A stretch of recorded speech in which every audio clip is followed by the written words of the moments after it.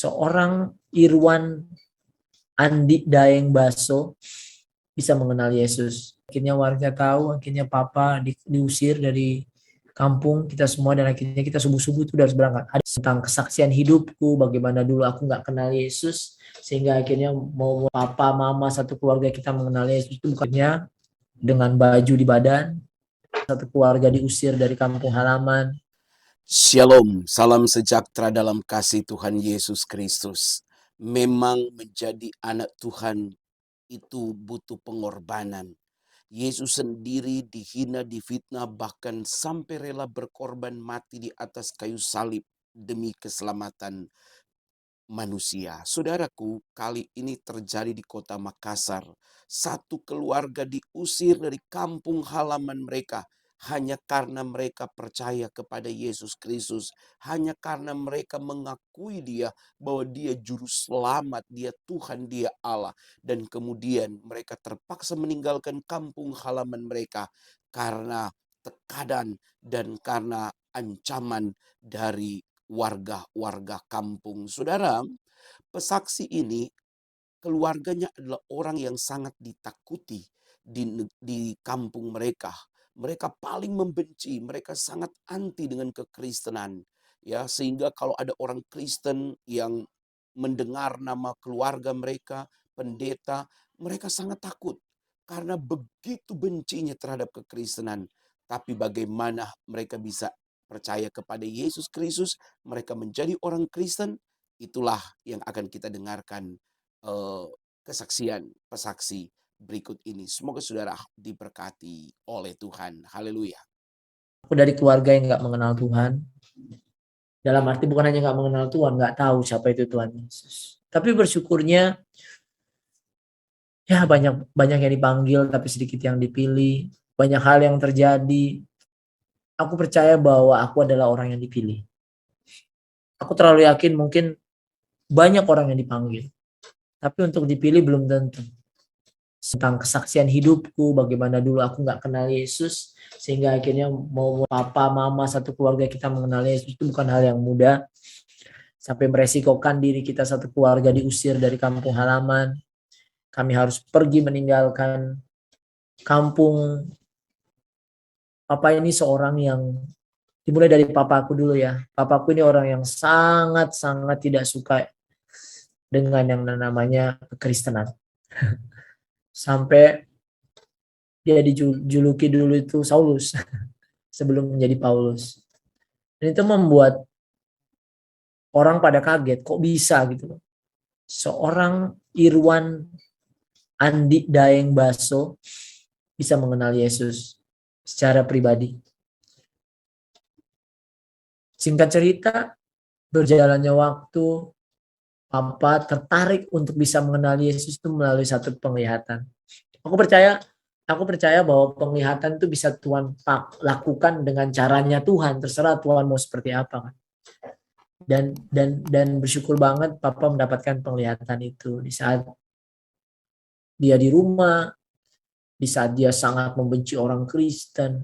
Banyak hal yang dia lakukan mendukakan hati Tuhan, yang sangat-sangat luar biasa menyakiti hati Tuhan.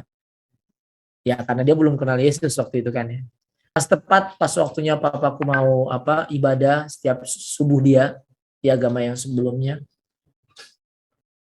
Sebelum terbangun ada lagi kata-kata itu. Akulah jalan dan kebenaran dan hidup. Wow. Pas didengerin kata-kata itu, papaku yang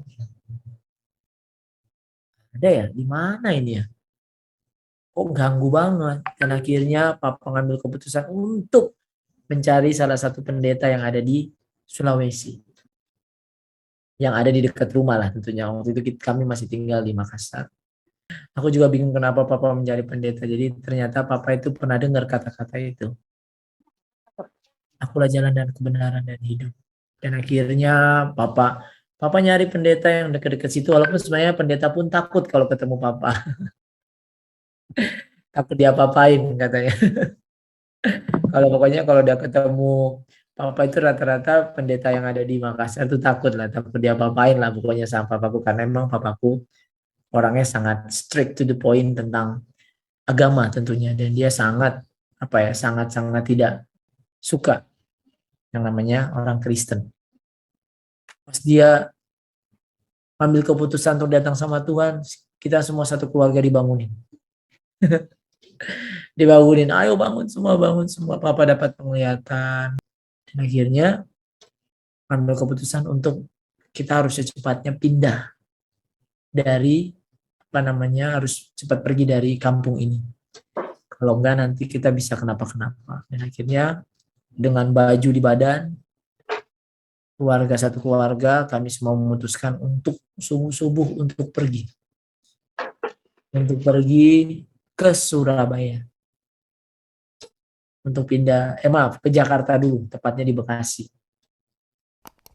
Setelah itu kami awalnya nggak ditahu warga, tapi akhirnya warga tahu, akhirnya papa diusir dari kampung kita semua, dan akhirnya kita subuh-subuh itu harus berangkat. Ada beberapa orang yang tahu, ada yang enggak.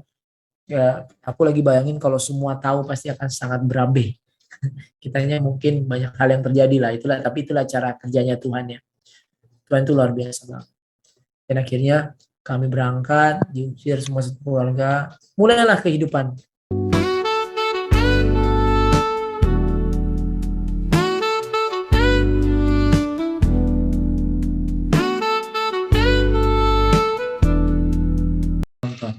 Puji Tuhan, bersyukur banget pada malam hari ini aku bisa ada buat aku pribadi menjadi seorang Kristen itu, which is adalah anak Tuhan, itu bukan sesuatu yang mungkin orang berpikir waktu memilih untuk menjadi seorang Kristen itu kehidupan kita akan baik-baik saja. Tapi bukan aku mau menakut-nakutin ya, jadi orang Kristen tuh hidupnya nanti gak bakalan baik-baik aja, bukan. Tapi aku mau bilang bahwa kehidupan seorang Kristen itu, dia bukan hanya merasakan baik-baik saja, tapi dia akan merasakan damai sejahtera jika dia tahu siapa Tuhannya, dan dia kenal siapa Tuhannya, dan dia intim siapa Tuhan, intim dengan Tuhan. Ini menarik banget. Aku tuh kalau aku boleh cerita, dari awal pertama kali aku mengenal Tuhan, aku dari keluarga yang gak mengenal Tuhan.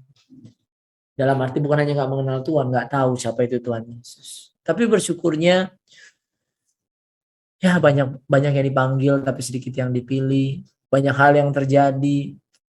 Aku percaya bahwa aku adalah orang yang dipilih.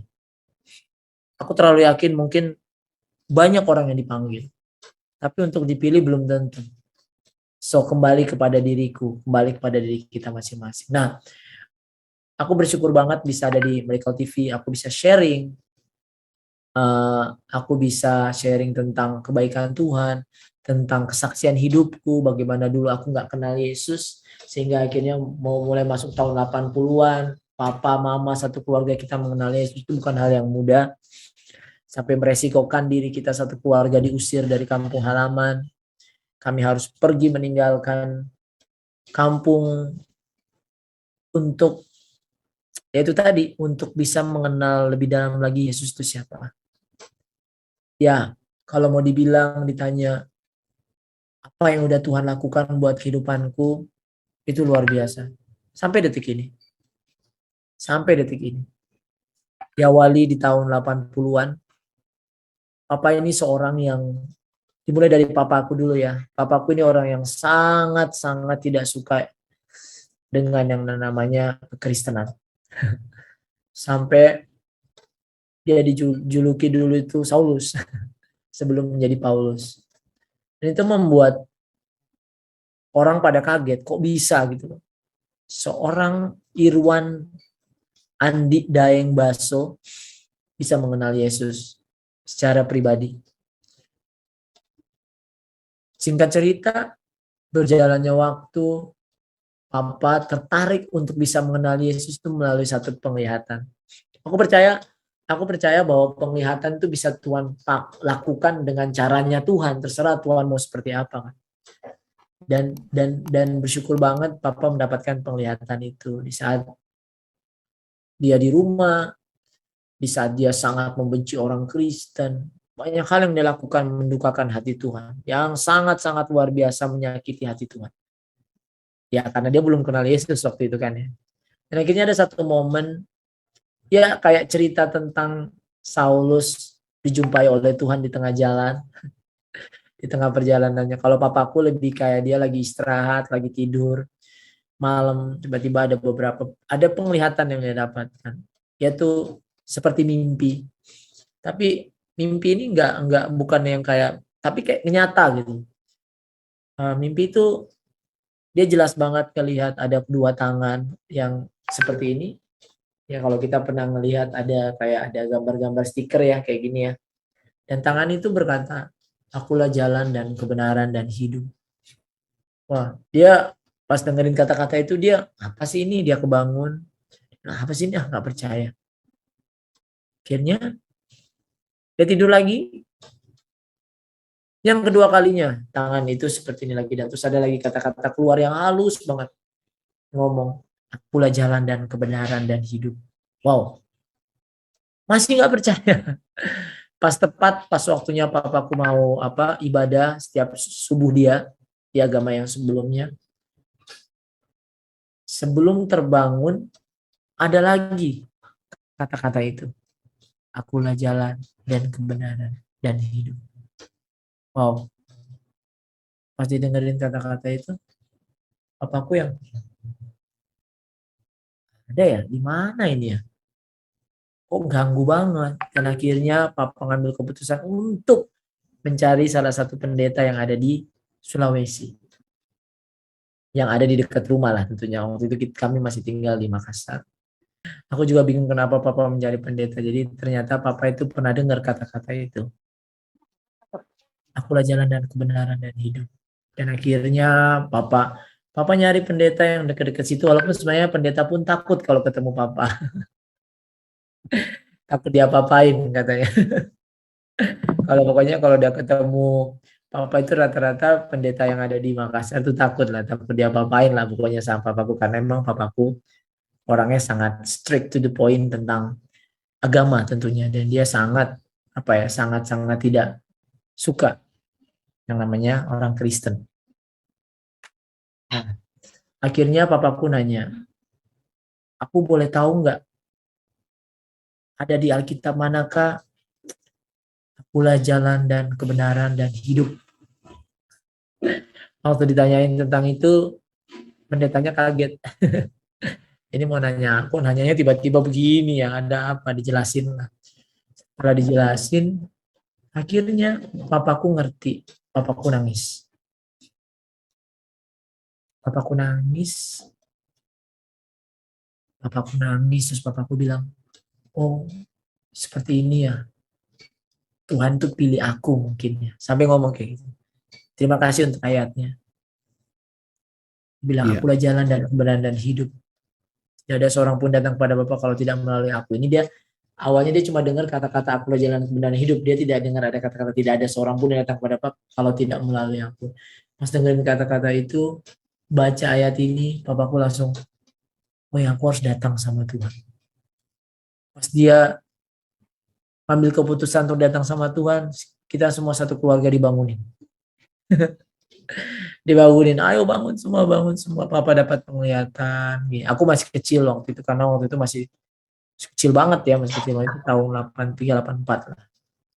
Dan akhirnya ambil keputusan untuk kita harus secepatnya pindah dari harus cepat pergi dari kampung ini.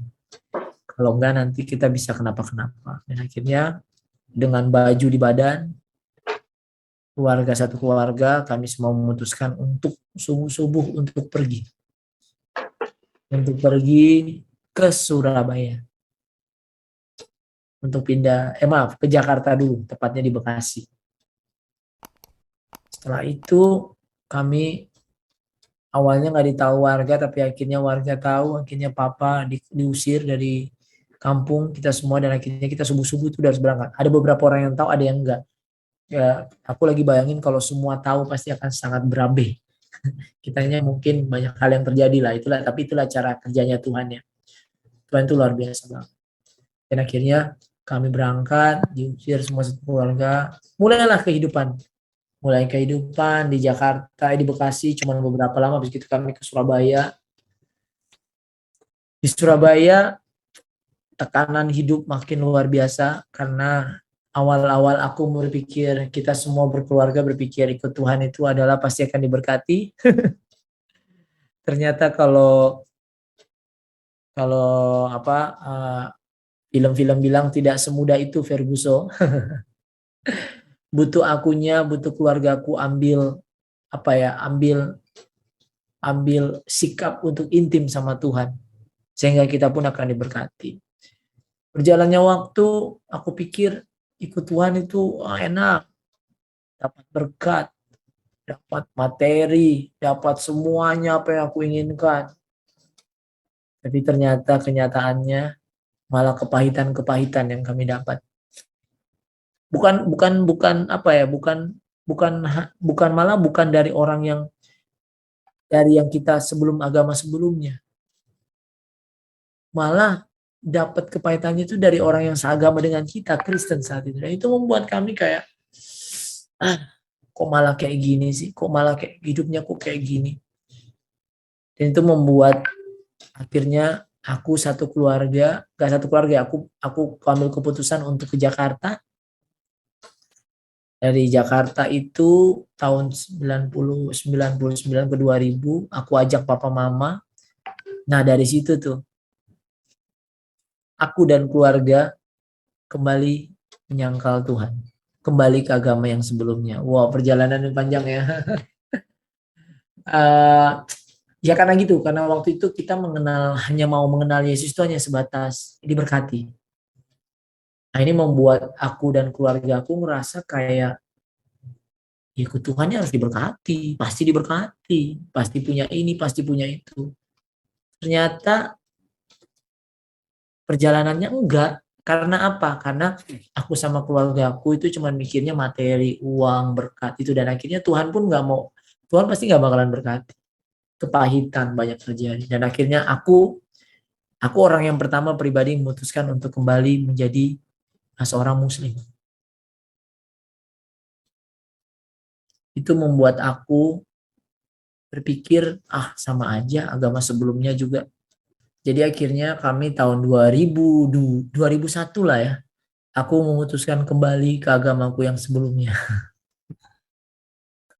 Karena apa? Karena itu tadi, dengan alasan materi, kita merasa nggak diberkati. Dan akhirnya aku kembali mengucapkan 2 kalimat syahadat di hadapan ribuan orang di dalam rumah ibadah. Aku nangis waktu itu. Aku nangisnya bukan karena apa, tapi aku nangisnya itu karena kenapa aku lakukan ini ya. Aku sadar aku itu melakukan sebuah kesalahan mungkin waktu itu. Dan akhirnya ini aku ya, secara pribadi aku ya. Dan akhirnya aku berjalannya waktu, aku kembali menjadi orang yang nggak mau kenal Yesus karena mikirnya cuma sebatas materi dan berkat. Akhirnya aku aktif banget di agamaku yang waktu itu. Dan ada satu momen setelah 2 tahun berlalu sampai masuk ke tahun 2003 lah ya, 2003. Aku ngerasain waktu itu ngejalaninnya diberkati banget. Materi dapat, semuanya dapat, diberkati secara materi. Tapi nggak bisa dibohongi, damai sejahtera itu sepertinya itu nggak ada. Was-was, khawatir berlebihan. Tapi ada semua, punya semuanya. Akhirnya ada satu waktu teman aku bilang gini, Ilham, dia bahasa Jakarta gitu lah ya, buat lo, dia bilang, lo kan pernah jadi orang Kristen. Gue mau nanya dong, lo jawab ya. Katanya orang Kristen itu, Tuhannya itu Yesus adalah juru selamat. Tuhannya orang Kristen itu Tuhan yang luar biasa yang mempunyai segala-galanya. Tapi kenapa ya seorang Tuhan yang katanya Tuhan yang luar biasa itu lahirnya di kandang domba?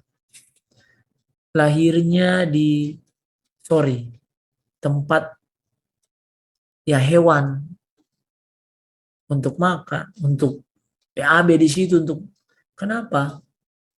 Pas dia ngeluarin kata-kata itu aku tuh nangis.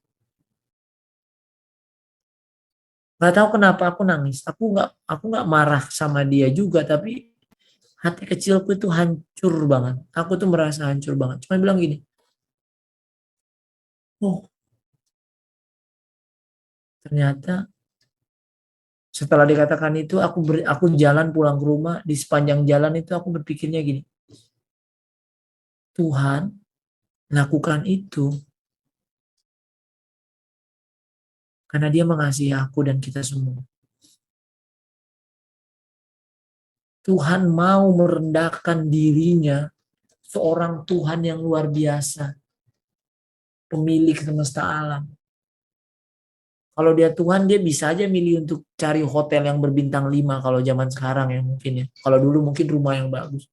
Dan dia bisa kali untuk kalau bahasa sekarang kayak ini orang ya, tatap mata saya, tek, kamu mau aku harus nginap di rumah kamu. Bisa aja dia lakukan hal-hal seperti itu.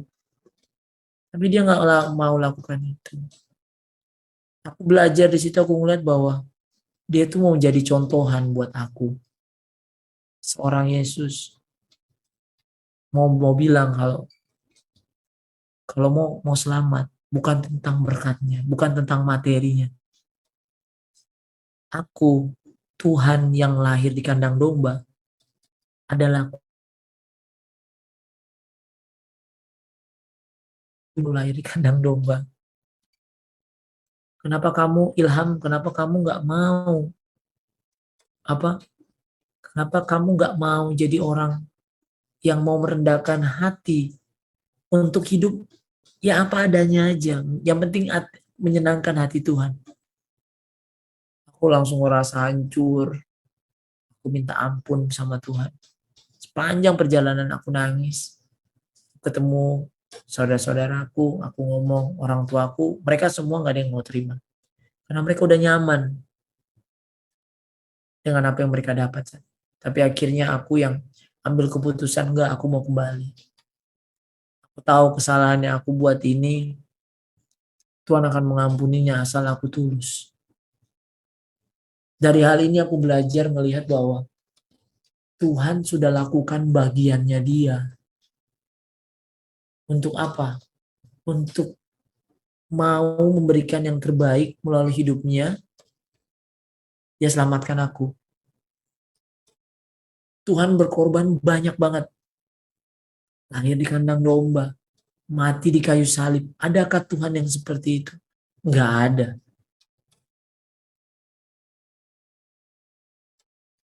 Dan itu yang membuat aku kembali ambil keputusan untuk aku mau kembali ke Tuhan. Aku mau kembali dekat sama Tuhan. Dan aku ngomong sama keluarga yang ada yang marah, ada yang gak terima. Mereka merasa kayak, lah kan kamu yang minta kita balik semuanya. Kamu yang gini. Wow, itu aku ngerasa kayak, ya sampai keluargaku pun sekarang gak support aku. Kenapa Tuhan? Dan akhirnya aku cuma Tuhan baik banget. Aku jadi ngelihat waktu Tuhan jadi contohan buat murid-muridnya. Aku lakukan itu. Aku jadi contohan buat keluarga aku. Aku mengasihi keluarga aku. Aku ngomong ke mereka. Bukan hanya sebatas ngomong bukain Alkitab, tapi aku jadi contohan yang baik buat mereka. Bukan hanya sebatas baik, tapi benar. Akhirnya mereka bisa melihat gaya hidupku yang gak jadi ilham yang pingin maunya mewah aja, tapi ilham yang sederhana, yang benar, yang mau menyenangkan hati. Dan akhirnya mereka pelan-pelan satu-satu kembali. Apa sampai sini selesai? Enggak. Sangat tidak. Kalau waktu itu aku mengukur Tuhan itu hanya sebatas waktu aku pindah menjadi orang Kristen, aku mengukur Tuhan itu hanya sebatas pindah agama dan diberkati. Tapi waktu aku udah mulai kembali lagi ke Tuhan. Ini yang menarik nih. Aku malah merasa kayak paling ngerti. Dan akhirnya jadi seorang yang sombong rohani. Aku merasa aku pelayanan di mana-mana. Masuk tahun 2005, aku pikir aku udah beli yang terbaik buat Tuhan. Ternyata enggak. Aku nggak beli yang terbaik buat Tuhan. Ini ada satu lagu. Lagunya ini bagus banget. Lagunya waktu aku denger lagu ini, aku pikir aku tuh udah kasih yang terbaik buat Tuhan. Dengan pelayanan aku, dengan kegiatan aku dalam ministry pelayanan. Tapi ternyata enggak. Sebenarnya kalau mau dibalik, lagu ini tuh yang nyanyi bukan kita, tapi Tuhan ke kita. Karena dia udah berikan yang terbaik. Segenap hatinya, segenap jiwanya, segenap raganya. Harusnya yang nyanyi lagu ini tuh Tuhan ke kita, bukan kita ke Tuhan. Karena kadang kita itu gak kasih yang terbaik sama Tuhan. Kita kasih sisa-sisa buat Tuhan. Aku pun melakukan itu. Aku kasih sisa-sisa buat Tuhan. Aku pikir aku lakukan yang terbaik. Salah satu aku jadi sombong rohani berarti aku kasih sisa-sisa buat Tuhan. Makanya harusnya nyanyi lagu ini tuh Tuhan ke kita. Dia nyanyi seperti ini. Ku beri yang terbaik bagimu, ku relakan segalanya, yang terbaik bagimu, segenap hatiku dan segenap jiwaku. Dia udah kasih yang terbaik segenap hati, segenap jiwa. Kenapa tadi aku bilang aku tuh sombong rohani? Setelah aku menjadi orang Kristen kembali, aku aktif pelayanan. Aku ikut salah satu reality show namanya Indonesian Idol di tahun 2006. Aku bersyukur aku nggak juara. Kalau aku juara mungkin aku bakalan makin sombong kali. Puji Tuhan aku ada sampai di 6 besar babak spektakuler. Itu semua karena Tuhan. Sampai beberapa kali aku itu bilang sama Tuhan, Tuhan, suaraku biasa aja dibandingkan yang lain. Tapi aku mau berjuang Tuhan. Masuk 300, masuk berapa besar ya waktu itu ya? Ya dari totalnya itu ada sekitar 300.000 orang yang daftar di Indonesian Idol. Aku bisa masuk 6 besar itu apakah bukan karena Tuhan? Aku mikirnya. Dan akhirnya aku bilang, Tuhan, aku udah masuk 300 nih. Wih, masuk lagi 30 besar. Masuk lagi 15 besar. Masuk lagi 12 besar. Masuk sampai 6 besar. Aku bilang, kalau bukan karena Tuhan, karena siapa lagi? Aku ini, maksudnya aku percaya itu karena Tuhan. Tapi kesombonganku yang membuat aku jatuh. Setelah keluar Indonesian Idol. Nah, waktu di Indonesian Idol sebenarnya aku pun percaya banget kalau Tuhan tuh berikan kekuatan dengan apa? Kalau dulu di zaman kita 2006 beda banget sama zaman sekarang. Kalau zaman sekarang banyak banget tempat untuk kita bisa bereksplorasi. Contoh sosial media, ya ini kayak sekarang ada YouTube, ada Instagram, ada TikTok, ada Facebook, ada Twitter. Kalau zaman dulu belum ada. Mungkin dulu Facebook ada kali ya, Friendster. Kalau zaman sekarang sangat mungkin orang gampang bisa dilihat gitu. Tapi zaman dulu emang harus benar-benar berjuang. Nah, aku sadar kalau itu tuh karena Tuhan, tapi aku juga sadar kalau ini karena perjuanganku dan akhirnya aku menjadi seorang yang sombong rohani.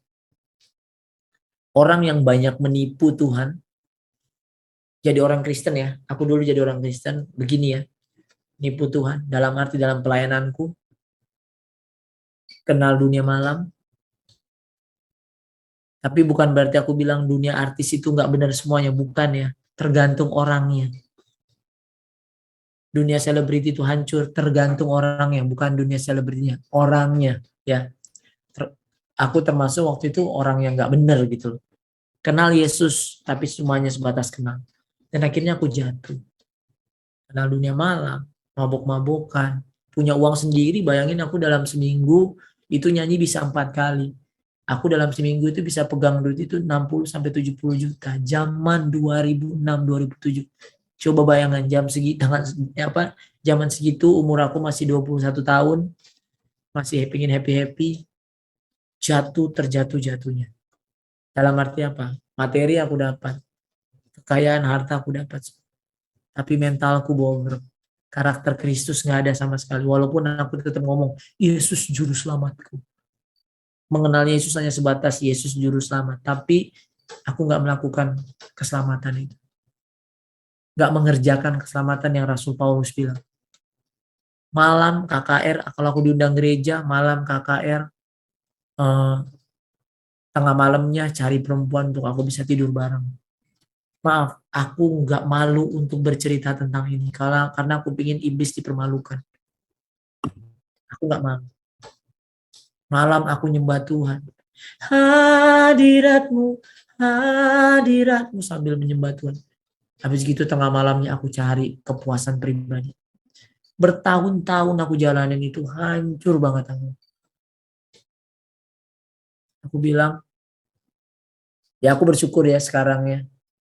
Aku sampai berpikir gini, coba dulu waktu itu aku naik pesawat terus aku jatuh gitu. Karena emang setiap seminggu aku bisa 3-4 kali ke daerah-daerah. Mau di pedalaman, mau di daerah mana aku nyanyi bawa nama idol tapi pelayanan. Coba aku dulu mati gitu ya, maksudnya naik pesawat jatuh mungkin aku nggak ada di tempat yang seharusnya yang Tuhan rindukan aku ada. Tapi gitulah cara kerjanya Tuhan. Jalannya waktu, aku ya tadi aku bilang aku narkoba, aku main perempuan, aku nipu sana, nipu sini. Hancur banget. Itu aku lakukan bertahun-tahun. Aku hidup ini. Aku menjadi orang yang sombong. Diundang kalau nggak dibayarnya 10 juta ke atas nggak mau. Ilham idol. Aku lupa bahwa idol yang aku dapat itu dari Tuhan. Sehingga ada satu momen sebenarnya, ini aku mundur sedikit waktu zaman idol, aku tuh sering banget pakai kalung salib. Karena kalung salib aku itu, kalau zaman dulu ya beda sama sekarang ya. Untuk pakai kalung salib itu susah banget. Nanti dibilang lah, yang nonton kan mayoritas. Nanti vote-nya jadi kurang. Tapi karena aku berpikir ini aku bisa masuk karena Tuhan, di panggung, di bawah panggung aku tuh nggak dibolehin pakai. Tapi emang aku taruh salibnya di sini. Tapi pas udah naik di atas panggung, udah tinggal dihitung countdown ya. 5, 4, 3, 2, 1, on air. Salibnya aku keluarin. Di situ aku cuma mau bilang bahwa aku ada semua karena Tuhan.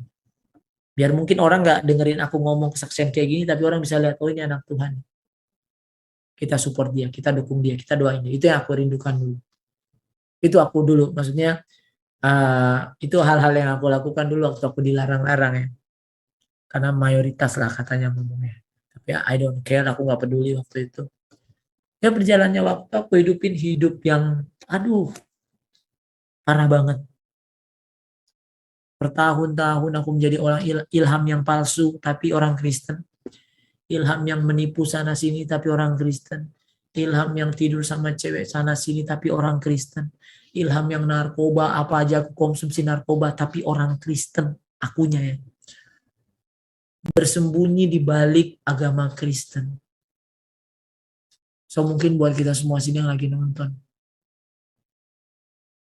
Agama gak nyelamatin kita. Yang nyelamatin kita itu Yesus Kristus. Aku bersyukur bisa kesaksian di Miracle TV. Thank you banget Bro Frankie untuk waktu yang diberikan buat aku. Aku bersyukur. Kenapa? Aku bisa menceritakan bagaimana Tuhan itu luar biasa dalam kehidupanku. Ilham yang dulunya mau kenal Yesus, nyangkal Yesus, kembali lagi kenal Yesus, mempermainkan Yesus. Dan sekarang aku bisa duduk di sini, kesaksian tentang kebaikan Tuhan, aku ngerasa kayak sebenarnya aku gak layak. Tapi aku tahu banget, aku butuh sampaikan ini kesaksian hidup aku waktu aku mengenal Yesus. Karena jujur pribadi, aku kurang tertarik sebenarnya untuk bercerita tentang aku dulu dari agama seberang, agama seberang itu kurang, lebih bagus agama yang sekarang. Enggak, karena buat aku nggak pernah bagus banget yang Bro Frankie bilang tentang agama, kita nggak boleh menjelekkan. No, no, no, jangan. Itu pribadi kita masing-masing. Kita lakukan aja bagian kita di agama kita, menyenangkan hati Tuhan kita. Aku beberapa kali diundang untuk ngomongin tentang, coba dong cerita tentang agama kamu sebelumnya, bedakan sama agama yang sekarang. Aku langsung tolak mentah-mentah. Karena aku bilang bukan soal tentang pindah agama. Makanya aku itu kurang, enggak, maksudnya enggak, bukan tipe orang yang sangat mes sama, kalau kita lihat ada orang yang dari Islam pindah Kristen, terus wah luar biasa, malaikat bersorak-sorai. Aku bukan tipe orang yang wah luar, aku tipenya ya udah, kita lihat, kita doakan dia. Karena waktu kita menjadi orang Kristen, itu butuh melakukan sesuatu, bukan stop sampai jadi orang Kristen, enggak. Kita butuh lakukan bagian kita untuk senangkan hati Tuhan dengan apa? Mengerjakan keselamatan kita. Kalau enggak nanti stop di cuma dikenal Yesus doang, enggak intim sama Tuhan. Itu yang aku lakukan dulu. Dan bersyukurnya akhirnya aku 2018 masuk 2019, aku bertemu dengan kawan lamaku namanya Guntur Simbolon. Setelah itu bertemu dengan Regina Ivanova, dia pemenang Idol. Ada Noella juga, Noella Indonesian Idol. Terus ada beberapa, Rahman Sinambela. Aku diajak gabung di Bekasi Gospel Project. Nah, itu menarik banget. Nah, sebelum aku lanjut ke Bekasi Gospel Project ini bukan band rohani ya, tapi ini komunitas. Aku mundur sedikit bagaimana Tuhan itu luar biasa kasih penglihatan ke Papa tentang akulah jalan dan kebenaran. Dan akhirnya aku baru nyambung gitu loh, bahwa waktu masuk aku ikut Bible study bersama anak-anak Bekasi Gospel Project, aku baru sadar ternyata papaku dulu pernah buat lagu judulnya Akulah Jalan dan Kebenaran. Dan itu membuat aku, mengenal Yesus itu bukan hanya sebatas baik, tapi harus benar. Mungkin saudara-saudara pernah dengar lagunya, aku akan nyanyikan langsung live di sini. Judulnya Akulah Jalan dan Kebenaran. Ini salah satu lagu yang papaku ciptakan dan aku sempurnakan. Lagu yang udah lumayan lama, dan lagu ini bersyukur banyak memberkati banyak orang. Apalagi khususnya buat saudara-saudara kita yang dari seberang yang mau mengenal Yesus. Ya, ini lagu itu tercipta sebenarnya waktu Papa menerima Tuhan dan dinyanyikan tahun 80-an, dan akhirnya baru kemarin sekitar 2 bulan yang lalu aku rilis dalam bentuk single bersama saudariku, dan di situ aku bernyanyi berdua duet ya. Dan aku bersyukur banget banyak respon dari brother sister atau saudara-saudaraku melihat bahwa ini lagu sangat luar biasa impactful buat banyak orang. Benar banget bahwa jalan dan kebenaran hanya ada dalam Yesus Tuhan. Gak ada dari tempat lain. Kita boleh buka kitab suci semua yang ada. Hanya Yesus yang berani berkata, akulah jalan dan kebenaran. So lagu ini sangat mengimpactful banyak orang. Dan kalau nanti mau lihat, bisa langsung ke YouTube channelnya SMP ya, atau enggak channelku, bisa lihat langsung aku akustik nyanyi lagu itu full. Dan semoga jadi berkat buat kita semuanya. Judul Akulah Jalan dan Kebenaran. Nah, aku berlanjut waktu aku ngambil keputusan untuk mau intim sama Tuhan. Di dalam kehancuran aku yang merasa paling keren, paling hebat, aku ngeliat ada beberapa pribadi yang luar biasa. Ada namanya Regina, ada namanya Guntur, ada namanya Noella. Orang-orang yang sebenarnya orang-orang yang sangat famous, terkenal, tapi mereka mau merendahkan hati mereka. Meninggalkan masa lalu mereka juga punya masa lalu yang gak oke sebenarnya. Tapi karena mereka mau intim sama Tuhan. Dan akhirnya aku diajak lah ikut Bekasi Gospel Project. Yang tepatnya Bekasi lah, kalau udah tahu Bekasi ya. Kebetulan aku juga tinggal di Bekasi, di daerah Harapan Indah. Kalau ada yang di sini tinggal di Harapan Indah, mungkin Bekasi boleh kapan-kapan kita ketemu ya. Kita ngobrol-ngobrol tentang kebaikan Tuhan. Dan akhirnya aku ikut mereka, kita pelayanan kemana-mana. Dan ada satu momen yang Guntur mengajak aku Bro Ilham mau nggak ikut Bible study? Aku pikir Bible study ini apa ya? Jadi pendeta kah? Ngerti sekolah kayak sekolah teologi gitu kah? Ternyata bukan. Di Bible study ini tuh aku ngelihat bahwa bukan hanya sebatas pengenalan akan Tuhan yang kita tahu siapa itu Yesus, sejarahnya dia, tapi benar-benar hubungan pribadi kita, hubungan pribadi aku sama Tuhan tuh makin mesra, makin intim. Ada intimacy di situ, ada kedekatan, bukan hanya sebatas dekat, tapi intim sama Tuhan. Itu yang membuat aku melihat Bible study ini, wow, luar biasa. Karakterku pelan-pelan diubahkan, Ilham yang penipu, Ilham yang sombong, Ilham itu aku juga bingung, nggak tahu cara kerjanya Tuhan melalui Bible study ini. Ada berapa fase yang aku lewatin. Aku sampai mikir gini, Bible study ini ada bayar nggak sih? Atau Bible study ini nanti harus jadi pendeta nggak sih? Ternyata bukan masalah tentang jadi pendeta, tapi tentang bagaimana aku pribadi makin intim sama Tuhan. Aku melihat bahwa bukan aku bilang jadi pendeta itu nggak penting ya. Panggilannya orang beda-beda. Dan aku lihat di Bible study ini gak harus jadi pendeta kamu bisa menginjil. Gak harus jadi seorang misionaris kamu bisa jadi berkat buat banyak orang. Gak harus jadi seorang worship leader kamu bisa jadi berkat buat keluargamu. Gak harus jadi seorang yang aktif di gereja. Tapi pribadimu dulu intim sama Tuhan. Dan akhirnya di Bible study ini aku diajarkan bagaimana aku pribadi intim sama Tuhan dan mengenal Yesus.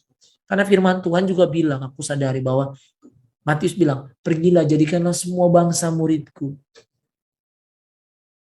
Dia nggak bilang pergilah sekolah teologi dulu ya, yang pintar dulu kau ya, harus ngerti firman Tuhan dari A sampai Z baru kamu. No, bukan tentang itu. Tapi kitanya dulu nih, benar-benar mau nggak punya hidup murid. Kenapa firman Tuhan itu bilang gitu? Karena dia nggak bilang sekolah teologi dulu, nggak. Dia bilang pergilah jadikanlah bangsa murid. Kenapa? Karena Tuhan udah dilihat jadi contohan buat murid-muridnya yang lain. Jadi murid-muridnya yang lain tuh jadikan Tuhan tuh contohan sehingga mereka bisa bercerita tentang Tuhan dan mereka bisa melakukan mujizat yang sama seperti firman Tuhan bilang. Kamu akan melakukan lebih daripada yang aku lakukan. Ini buat aku itu ngeliat bahwa, oh iya ya. Tapi jangan salah insight ya buat saudara-saudaraku yang lagi nonton di YouTube YouTube sini The Miracle of Life TV ini. Jangan salah insight, oh berarti aku nggak mau jadi pendeta. Bukan itu, mau jadi pendeta silakan. Tapi jangan sampai kita pingin dilihat rohani supaya untuk diakui, karena aku juga dulu gitu. Karena sesungguhnya adalah kerohanian seseorang itu nggak bisa dilihat di atas panggung, nggak bisa dilihat di atas mimbar. Aku selalu bilang aku punya komunitas namanya GIF, komunitas TikTok. Di TikTok itu bersyukur banget udah banyak banget yang dibaptis, banyak banget yang dekat. Ada beberapa yang udah masuk di Zoom ini. Aku selalu bilang sama mereka bahwa kerohanian seseorang itu kita nggak bisa ngelihat di atas panggung. Di saat dia menyembah Tuhan, memuji Tuhan, khotbahnya luar biasa. Dia pelayanan di gereja, dia jadi jemaat yang menyembah, mengangkat tangan, menyembah Tuhan, bukan. Tapi kerohanian seseorang itu akan terlihat waktu di kehidupan dia sehari-hari. Bagaimana mau cari tahu dia rohani apa tidak? Kalau dia berkeluarga, tanya anaknya, dia di rumah seperti apa. Kalau dia punya suami, tanya suaminya, istrinya gimana sih di rumah, istrimu gimana? Kalau dia punya istri, kalau dia punya suami, tanya istrinya. Dia gimana sih di rumah? Apakah di gereja doang dia haleluya sampai rumah haleluya. Jadi kerohanian seseorang itu nggak bisa terlihat di atas mimbar. Karena aku dulu kayak gitu, aku berpikir ya rohani aku ya di atas mimbar. Senin, Selasa, Rabu, Kamis, Jumat, Sabtu ya aku jadi manusia duniawi aja udah kan minggu doang. Aduh itu salah banget. Di Bible study bantu aku banget untuk bisa melihat bahwa yes bener banget. Aku harus intim sama Tuhan dan aku harus rohani di kehidupan setiap hari. Melalui perkataanku, melalui tindakan aku. That's why untuk parentingku juga, keluargaku, istriku. Jangan sampai menjadi suami yang egois, mikirin diri sendiri. Ya udah tugas istri kan ngurus anak di rumah, aku cari duit. No, tugas istri, tugas suami juga. Mandiin anak, cuci piring, cuci pakaian, apapun itu. Yang bisa dilakukan, lakukan bareng-bareng sama istri. Jadi nggak ada lagi mikir, oh kita cari duit. Enggak, no. Namanya juga 2 jadi 1. Ini buat brother sister saudaraku yang udah menikah. Hilangkan pemikiran istri di rumah kita nyari duit. No. Kita lakukan bagian kita juga menjadi seorang suami. Aku bersyukur di Bible study itu bantu. Dan berjalannya waktu, kenal Noella, kenal Gina, kita bernyanyi di mana-mana. Akhirnya aku memutuskan untuk Bible study, dan puji Tuhan akhirnya aku dibaptis, lahir baru untuk benar-benar menjadi orang yang sampai menjadi orang yang menyenangkan hati Tuhan. Sampai saat ini aku pun masih belajar, terus belajar untuk mau senangkan hati Tuhan melalui kehidupan aku di parentingku, di kehidupan keluargaku, di tetanggaku, dimanapun aku berada. Jadi jangan sampai nanti aku jadi orang yang sebatas orang yang Kristen, tahu Tuhan doang, tapi gak menghidupi firman Tuhan. That's why aku selalu bilang sama teman-teman brother sisterku yang ada di komunitas Give TikTok, itu aku bilang bahwa please jangan jadi orang Kristen yang cuma tahu Yesus itu cuma sebatas Yesus doang. Kita butuh intim sama Yesus. Kita butuh kenal Yesus itu siapa. Kita butuh dalam sama dia. Sehingga masalah boleh terjadi. Ini ada note yang menarik yang aku bisa bagikan buat semua yang ada yang lagi nonton. Yang ada nonton di Miracle TV ini. Tuhan itu tidak tertarik merubah keadaan kita. Aku ulang. Tuhan sangat tidak tertarik merubah keadaan kita. Tapi Tuhan jauh lebih tertarik merubah karakter kita. Karena waktu keadaan yang gak baik terjadi, kalau kita punya karakter yang menyenangkan hati Tuhan, karakter Kristus, apapun keadaannya, kita tahu kita berjalan bersama Yesus, kita akan selalu aman. Karena kita tahu kita berjalan bersama orang, bersama Yesus yang punya semua kehidupan. Jadi yang Tuhan mau pertama yang diubahkan adalah karakter. Sampai detik ini aku terus berjuang. Sampai detik ini aku terus belajar menjadi suami yang baik buat anak istri. Menjadi seorang adik yang baik buat kakak-kakak. Menjadi seorang yang di sekitar tetangga yang baik buat orang di sekitar. Bukan hanya sebatas baik, tapi benar. Karena baik belum tentu benar, tapi benar udah pasti baik. Bible study sangat membantu aku, sehingga akhirnya aku sekarang terus belajar. Dan perbedaannya dulu sama sekarang, Ilham yang sekarang lebih menjadi Ilham yang benar-benar gak mikirin diri sendiri. Tapi bagaimana bisa membantu hidup orang lain bisa mengenal Yesus melalui hidupku. Bukan hanya sebatas ngomong doang jago firman Tuhan. Makanya aku kan orang yang salah satu aktif main di sosial media ya. Makanya aku kalau udah ketemu orang-orang yang ngomong debat tentang agama, oh ini agama ini begini, oh ini sih ini begini, aku paling malas. Aku cuma bilang kehidupan rohani kamu gimana? Cuma aku ngomong tentang Yesus, aku bisa jelasin tentang Yesus seperti apa, tentang agama sebelumnya seperti apa, bisa, tapi apakah itu membuat Tuhan senang? Tidak. Yang Tuhan senang adalah aku lakukan bagianku, nyenengin hati Tuhan, bantu hidup orang bisa mengenal Yesus juga, tanpa membanding-bandingkan dengan agama yang sebelumnya. Biar Roh Kudus yang bekerja, yang penting aku udah lakukan bagianku. Buat saudara-saudaraku di sini mungkin yang lagi berjuang, buat keluarga kamu yang mungkin belum kenal Yesus, percaya deh firman Tuhan. Satu orang diselamatkan, sisi keluarga pasti diselamatkan. Butuh waktu, jangan buru-buru.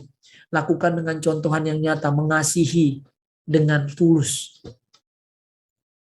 Kamu yang jarang mungkin telepon orang tuamu, kasihi dia kalau mungkin jarak jauh.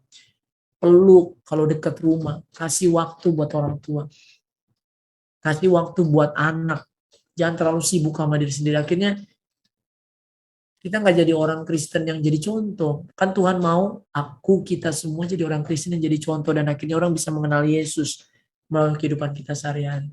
Akan ada nggak oke-nya nggak kehidupan aku pribadi?